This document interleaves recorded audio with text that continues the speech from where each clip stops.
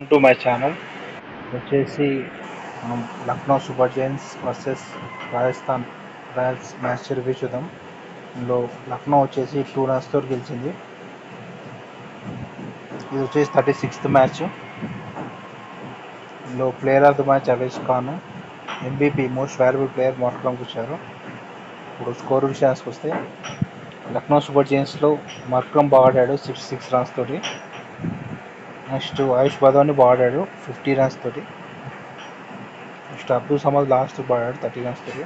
వీళ్ళ స్కోర్ వచ్చేసి 180 for 5 after 20 overs. Next wickets అయితే 2 వికెట్స్ వచ్చేసి అస్రంగా తీశాడు.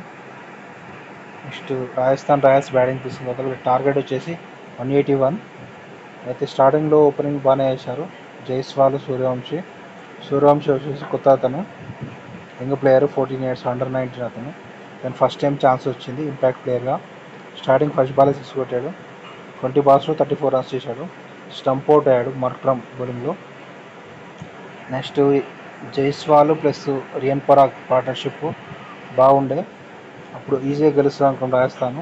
మళ్ళీ వీళ్ళకి లాస్ట్ ఓవర్ బ్యాడ్ లక్ వచ్చింది. లాస్ట్ ఓవర్లో హిట్మేర్ సరిగా ఆడలేదు, హిట్మేర్ లాస్ట్ ఓవర్లో అవుట్ అయ్యాడు. అప్పుడు లాస్ట్ ఓవర్లో మ్యాచ్ ఓడిపోయింది. అవేష్ ఖాన్ బౌలింగ్ బాగా వేశాడు.